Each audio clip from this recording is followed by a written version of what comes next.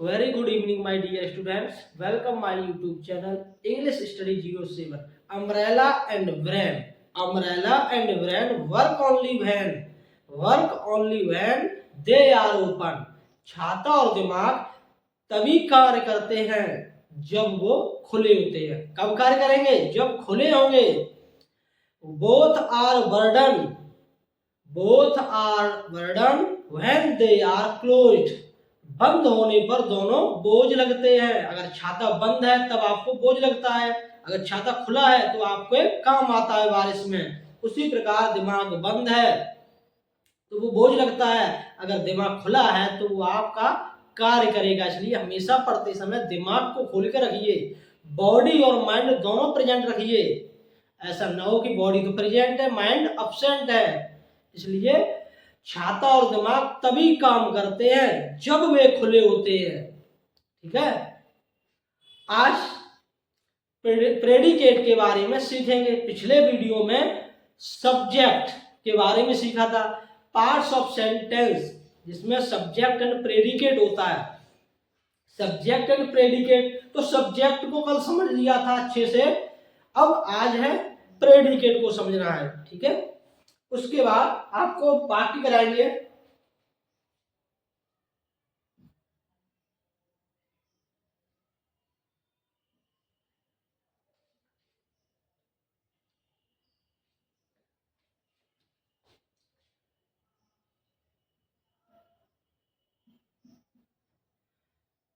Parts of the predicate. ठीक है, predicate के भाग।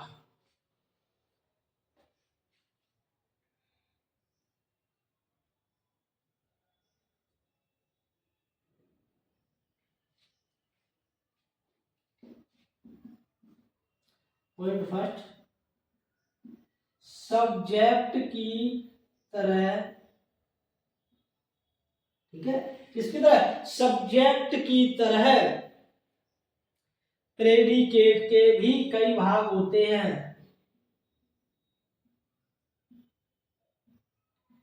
प्रेडिकेट के भी कई भाग होते हैं।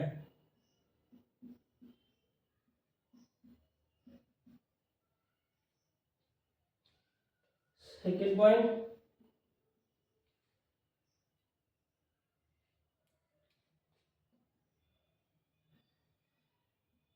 सब्जेक्ट के बाद, जो सेंटेंस में सब्जेक्ट होता है उसके बाद शेष भाग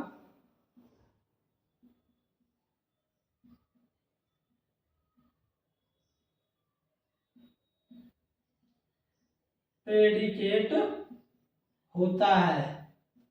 ठीक है,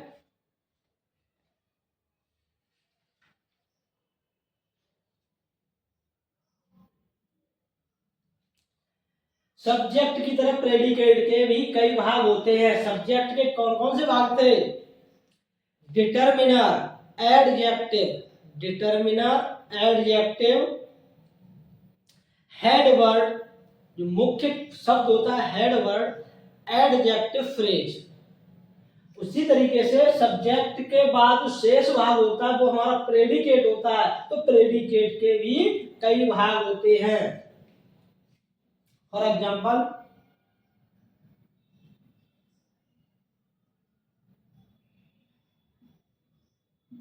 सीता बीच, इसके कितने भाग हुए? ये तो सब्जेक्ट हो गया सीता। अब प्रेडिकेट में क्या शेष बचा? बीच। सब्जेक्ट को छोड़कर जो भाग शेष रहता है वो हमारा क्या होता है? प्रेडिकेट। अब देखिए, इस प्रेडिकेट में केवल एक ही शब्द है। कितना है? एक ही शब्द है। ठीक है, कितने शब्द हैं? एक ही। और बताया क्या है कि सब्जेक्ट की तरह, जो सब्जेक्ट के भाग होते थे उसी की तरह प्रेडिकेट के भी भाग होते हैं। अब सीता वीप्स, सीता रोती है, तो सब्जेक्ट सीता हो गया।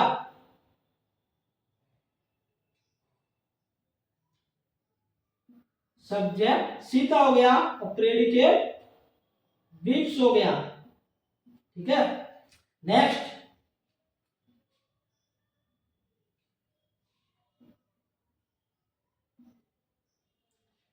राम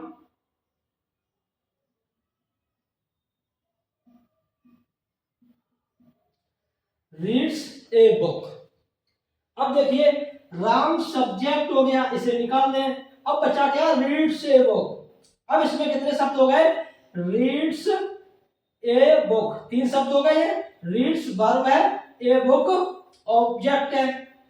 तो जिस तरीके से सब्जेक्ट के भाग बढ़ते गए थे उसी प्रकार से प्रेडिकेट के भी भाग बढ़ते हैं। तो प्रेडिकेट में हमेशा पहले आएगा मेन वर्ब जो होगी वो आएगी, मुख्य क्रिया आएगी, उसके बाद ऑब्जेक्ट आएगा। सबसे पहले प्रेडिकेट में क्या आएगा, मेन वर्ब, उसके बाद ऑब्जेक्ट।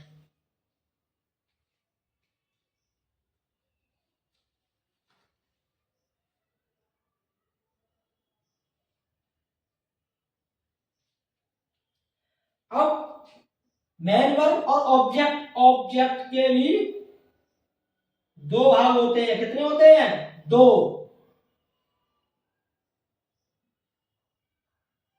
पहला इनडायरेक्ट ऑब्जेक्ट, दूसरा डायरेक्ट ऑब्जेक्ट।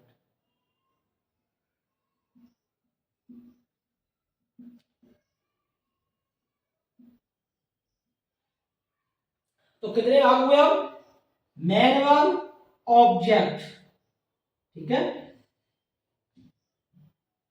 ऑब्जेक्ट के कितने भाग हुए, इनडायरेक्ट डायरेक्ट।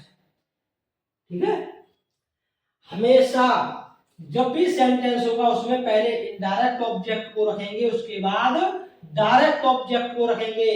और कभी कभी क्रम चेंज होता है, यदि इसको इधर लाएंगे इसको इधर लाएंगे तो दोनों को जोड़ने के लिए टू या फॉर का प्रयोग करेंगे। इसका प्रयोग करेंगे, टू या फॉर से दोनों को कनेक्ट करेंगे। किस कंडीशन में, जब डायरेक्ट ऑब्जेक्ट को पहले लाएंगे, इनडायरेक्ट को बाद में ले जाएंगे।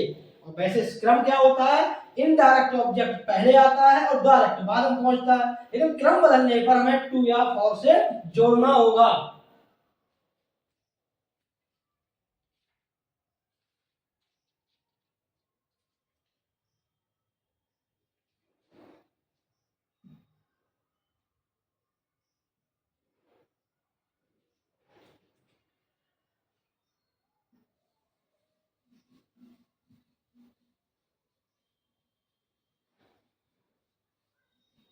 ऑब्जेक्ट कितने होते हैं, 2 होते हैं, डायरेक्ट एंड इनडायरेक्ट।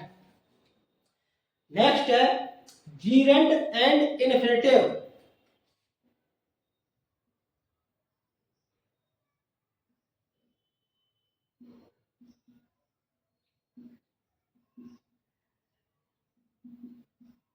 जिस प्रकार से सब्जेक्ट में जीरेंड एंड इन्फिनेटिव आए थे उसी प्रकार से प्रेडिकेट में भी जीरेंड एंड इन्फिनेटिव का प्रयोग होता है। अब देखिए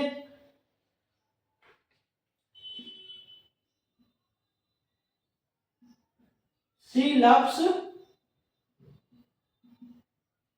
डांसिंग। सी हमारा हो गया सब्जेक्ट, अब शेष क्या बचा, लव्स डांसिंग। ये जो लव शब्द क्या है, वर्ब है, क्या है, verb.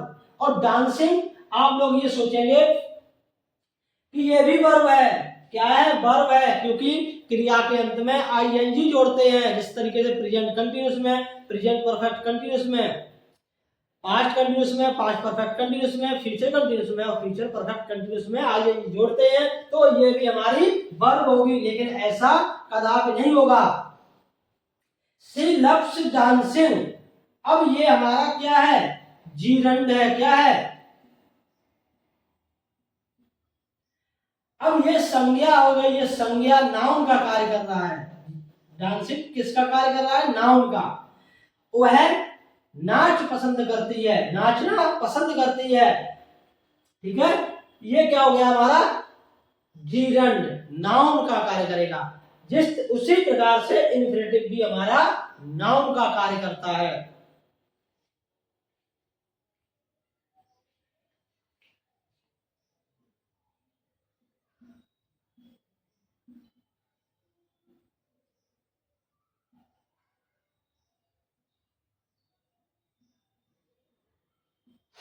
C likes to read, सी तुम्हारा सब्जेक्ट हो गया, लाइक मैन वर्ब है, ये वर्ब है, टू रीड ये हमारा इन्फिनेटिव है। क्या है? इन्फिनेटिव। इसका प्रयोग करेंगे, जब अनुवाद करेंगे तो ना नीने आएगा। क्या आएगा? ना नीने। वह पढ़ना पसंद करती है। क्या करना पसंद करती है? पढ़ना।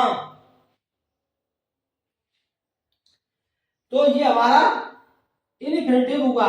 इन्फिनेटिव जो होता है वो टू से बनता है।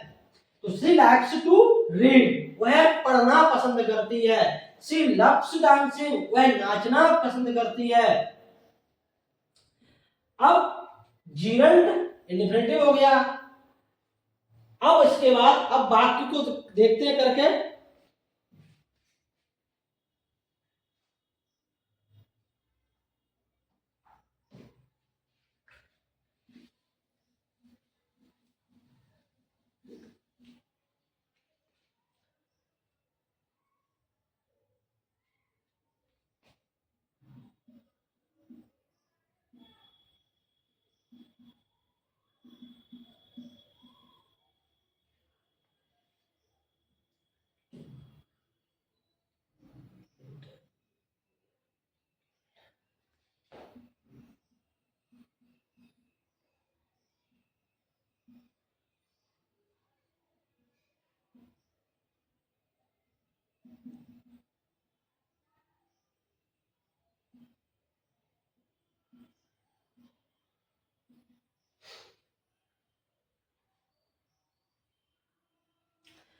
अब ये हमारा सब्जेक्ट दिया है।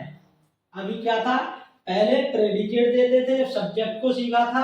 अब प्रेडिकेट को सीख रहे हैं तो सब्जेक्ट को देते हैं पहले से। लेकिन जब परीक्षा होगी उसमें आपका ना तो सब्जेक्ट होगा और ना ही प्रेडिकेट होगा।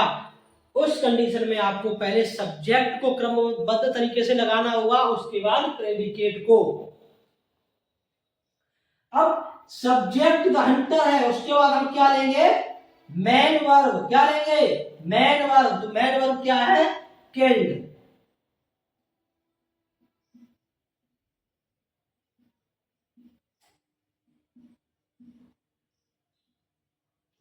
The hunter killed. Object a tiger. भाई होता कर्ता क्रिया कर्म। तो सब्जेक्ट वर्ब ऑब्जेक्ट। अब with an axe, axe means होता कुल्हाड़ी। शिकारी ने चीते को कुल्हाड़ी से मारा। जब भी हम किसी टूल्स का प्रयोग करते हैं किसी कार्य को करने के लिए, उस कंडीशन में हम विद प्रीपोजिशन का प्रयोग करते हैं। कब करेंगे? किसी टूल्स से। अब यहां होता विद ए स्टिक, छड़ी हो सकती थी, कुछ भी हो सकता था। विद ए गन, यानी किसी टूल्स से, यंत्र से हम कार्य करते हैं, उस कंडीशन में विद का प्रयोग करते हैं। तो हमारा सब्जेक्ट, अब ये वर्ब, ये ऑब्जेक्ट, तो कर्ता क्रिया कर्म यही मेन होते हैं। उसके बाद जो अन्य शब्द होते हैं उनको क्रमबद्ध तरीके से लगा देते हैं।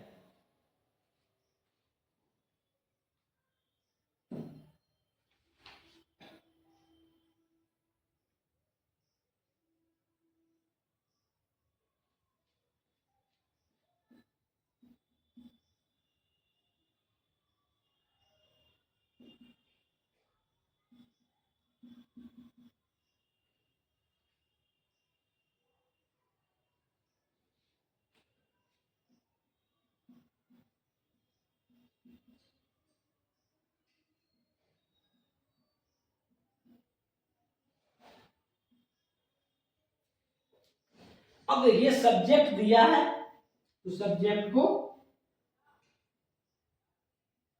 लगा देंगे। अब प्रेडिकेट, तो सब्जेक्ट के बाद क्या आता है, मेन वर्ब। क्या आता है, मेन वर्ब। तो मेन वर्ब क्या है, मूव्स। अब राउंड द सन, पृथ्वी सूर्य का चक्कर लगाती है। अब ये सन है, क्या है, नाउन है। उससे पहले ये क्या आया है, प्रीपोजिशन।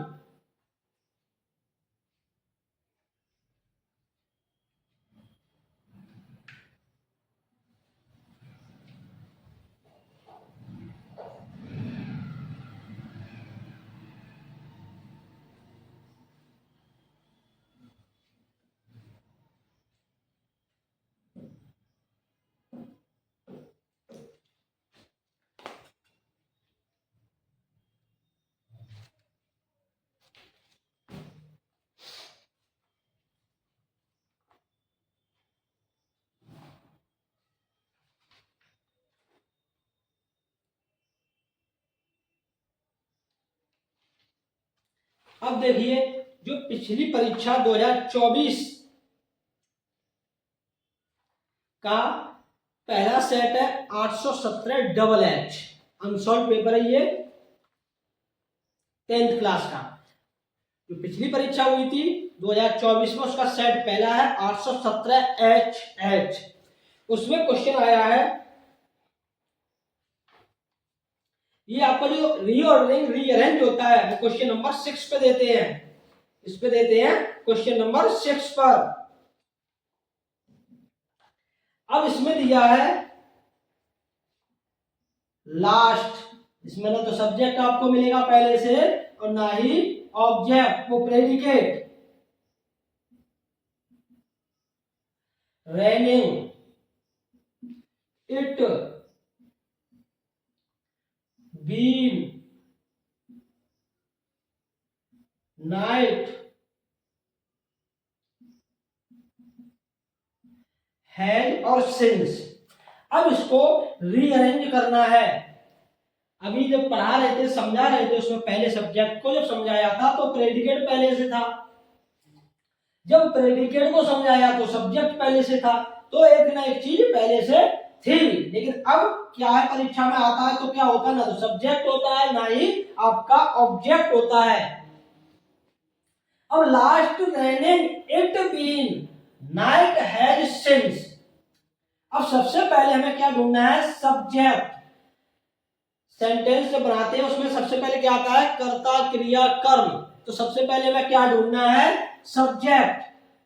तो सब्जेक्ट, अब यहां क्या दिया है, वर्ब क्या है, रैन। वर्ब क्या है, रैन। जब भी वर्षा वाला सेंटेंस बनाते हैं तो उसमें सब्जेक्ट इट होता है, इट। इट के साथ क्या आता है, हैज या हैव। इट के साथ हैज आती है तो इट हैज। अब बीन दिया है तो इट हैज बीन। अब इससे क्या स्पष्ट हुआ कि ये वाक्य प्रेजेंट परफेक्ट कंटीन्यूअस टेंस में है। किसमें है, प्रेजेंट परफेक्ट कंटीन्यूअस। तो इट हैज बीन, इसके बाद क्या आएगा, मेन वर्ब। तो इट हैज बीन रेनिंग। अब मेन वर्ब हो गई, उसके बाद आएगा सिंस या फॉर, किसके लिए, टाइम के लिए। तो सिंस दिया है इसमें, फॉर दिया नहीं है, तो सिंस क्या से बचा, लास्ट नाइट, पिछली रात।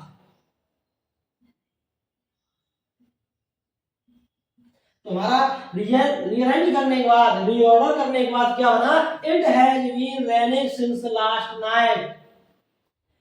पिछली रात से बरसात या वर्षा हो रही है। तो ये हमारा वाक्य किस में आया, प्रेजेंट परफेक्ट कंटीन्यूअस टेंस। ठीक है, अब समझ गए। तो it has been raining since last night, ये आपके 2024 के सेट का पहले जो सेट है उसमें से था। अब सेट नंबर 2, 817HI, इसमें देखते हैं क्या दिया है।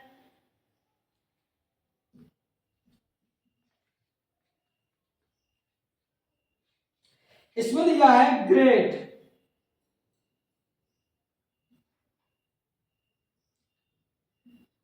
बी हैव, शुड,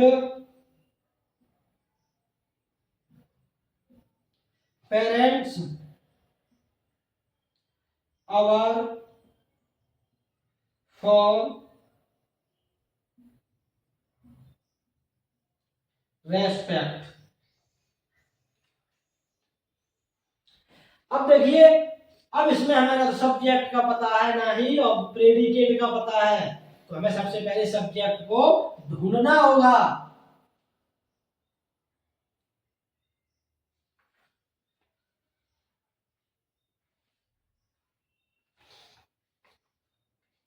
अब सब्जेक्ट क्या है, बी। सब्जेक्ट क्या है, बी। क्योंकि जो बी है ये नॉमिनेटिव केस है, ये तो हमेशा वाक्य के आरंभ में ही आएगा।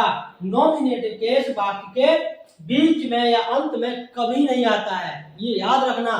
जो नॉमिनेटिव यानी कर्ता का रूप होता है वो हमेशा वाक्य के आरंभ में ही प्रयुक्त होगा। तो सबसे पहले हमें क्या रखना है, बी।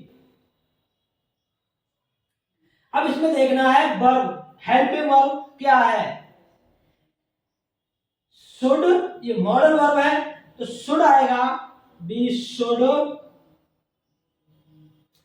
अब देखिए हैव भी दिया तो बी शुड हैव, तो क्या बनेगा, बी शुड हैव। अब इसमें एडजेक्टिव दिया है ग्रेट, रेस्पेक्ट,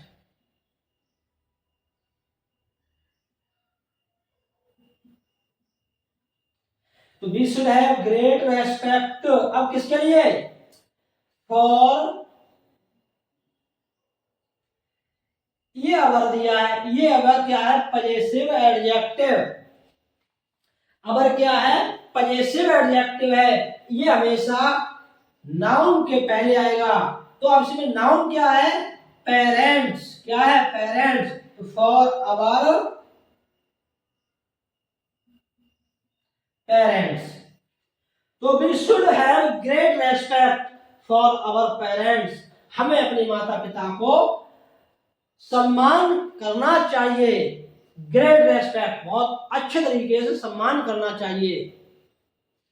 तो ये हमारा रीअरेंज होकर के सेंटेंस बन गया।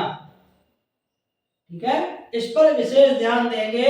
जब भी नॉमिनेटिव केस आता है तो बिना सोचे समझे आपको वाक्य के आरंभ में ही लगाना है। उसके बाद आपको देखना है हेल्पिंग वर्ब अगर है तो उसको लगाना है, अगर मॉडल वर्ब है तो उसको लगाना है। अगर हेल्पिंग वर्ब मॉडल वर्ब नहीं है तो तीसरा पॉइंट आता है आपकी मेन वर्ब। मेन वर्ब देखेंगे उसके बाद आएगा ऑब्जेक्ट। ऑब्जेक्ट आएगा, ऑब्जेक्ट दो प्रकार के होते हैं, पहले आएगा इनडायरेक्ट ऑब्जेक्ट, दूसरा डायरेक्ट ऑब्जेक्ट। इनडायरेक्ट ऑब्जेक्ट में जो लिविंग थिंग्स होती हैं वो आती हैं। इनडायरेक्ट ऑब्जेक्ट में लिविंग थिंग्स आएंगी तो दूसरी तरफ डायरेक्ट ऑब्जेक्ट में नॉन लिविंग थिंग्स आएंगी। अगर पहले से टू या फोर दिया है उसमें तो डायरेक्ट को पहले ले आएंगे और इनडायरेक्ट को बाद में ले जाएंगे। अगर टू या फोर है उस कंडीशन में इस तरीके से करेंगे। नेक्स्ट देखते हैं,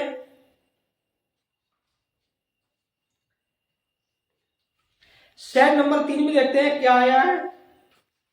सेट नंबर 3 जो 817HJ है,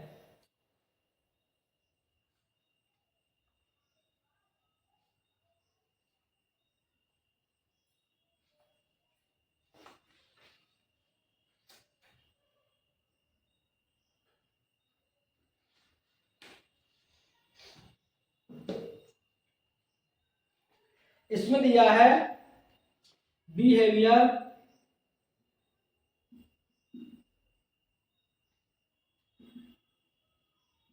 got, I, his, at angry, ठीक है। अब इसमें कह दिया behaviour got I his at angry. जैसे अभी हमने आपको पहले से समझाया था कि जब भी नॉमिनेटिव केस आएगा, क्या आएगा, नॉमिनेटिव केस आएगा, तो उसको वाक्य के शुरुआत में ही लगाएंगे, उसको बीच में और या लास्ट में नहीं लगाएंगे। तो इसमें नॉमिनेटिव केस क्या है, आई है, तो आई ये हमारा हो गया सब्जेक्ट, आई हमारा क्या हो गया, सब्जेक्ट। सब्जेक्ट के बाद क्या आता है, हेल्पिंग वर्ब इसमें दी नहीं है, मॉडल वर्ब दी नहीं है, उसके बाद आएगी मेन वर्ब। तो मेन वर्ब क्या है, गॉट, गेट की सेकंड फॉर्म है, क्योंकि जब हेल्पिंग वर्ब दी नहीं है, हेल्पिंग वर्ब होती तो इसको गॉट को थर्ड फॉर्म मानते। अब हेल्पिंग वर्ब है नहीं, तो इसलिए ये पास्ट इंडेफिनिट में है, तो ये सेकंड फॉर्म है, तो आई गॉट, आई गॉट। अब angry, I got angry at his behaviour.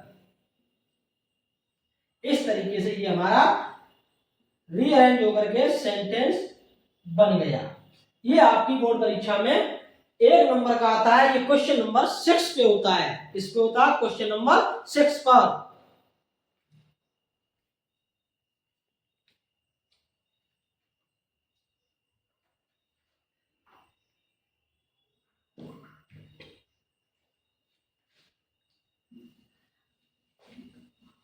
आपको कर्ता क्रिया कर्म इस पर हमेशा ध्यान रखना है, इस पर रखना है, कर्ता क्रिया कर्म।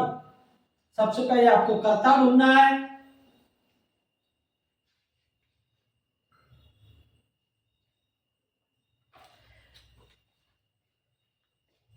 अब नेक्स्ट स्लाइड में देखते हैं।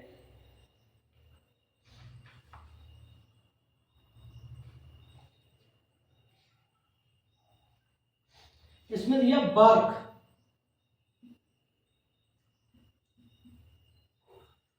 There, done, will, they, have, why, not, प्रश्नवाचक चिन्ह। अब ये इतना तो क्लियर हो गया है, प्रश्नवाचक चिन्ह दिया है तो हमारा वाक्य इंटेरोगेटिव होगा। प्रश्नवाचक चिन्ह दिया है, साइन ऑफ इंटरोगेशन दिया है, तो हमारा वाक्य इंटेरोगेटिव होगा। ये बात स्पष्ट हो गई, क्लियर हो गई। और इसमें साथ साथ क्वेश्चन वर्ड भी दिया है, साथ में क्या दिया, क्वेश्चन वर्ड दिया है। तो सीधी सी बात है, ये इंटेरोगेटिव सेंटेंसेस टाइप सेकंड का है, इंटेरोगेटिव सेंटेंसेस टाइप सेकंड का है, क्योंकि क्वेश्चन वर्ड दिया है और साइन ऑफ इंटेरोगेशन दिया है। तो सबसे पहले क्या लगाएंगे, वाई, क्या लगाएंगे, वाई। जो मेन क्वेश्चन वर्ड होता है उसके बाद आएगी आपकी हेल्पिंग वर्ब। तो हेल्पिंग वर्ब इसमें क्या दिया है, विल, तो वाई विल। अब सब्जेक्ट आएगा, क्या आएगा, सब्जेक्ट, तो वाई विल दे हैव, क्योंकि हैव इसमें दिया है, तो ये वाक्य किसमें पहुंच गया है, फ्यूचर परफेक्ट टेंस में। तो वाई विल दे हैव। अब थर्ड फॉर्म आएगी, क्या है, डन, तो why will they have done. ओ, इसमें नॉट भी दिया है, तो नॉट को डन से पहले लगाएंगे, तो हैव नॉट डन। हर शब्द को ध्यान में रखना है। जैसे अभी गलती हो गई थी, क्योंकि नॉट छूट रहा था, तो नॉट को मेन वर्ब होगी उससे पहले लगाते हैं। जो आपका स्ट्रक्चर होता है सेंटेंसेस बनाने का, उसी के अकॉर्डिंग चलेंगे। तो why will they have not done.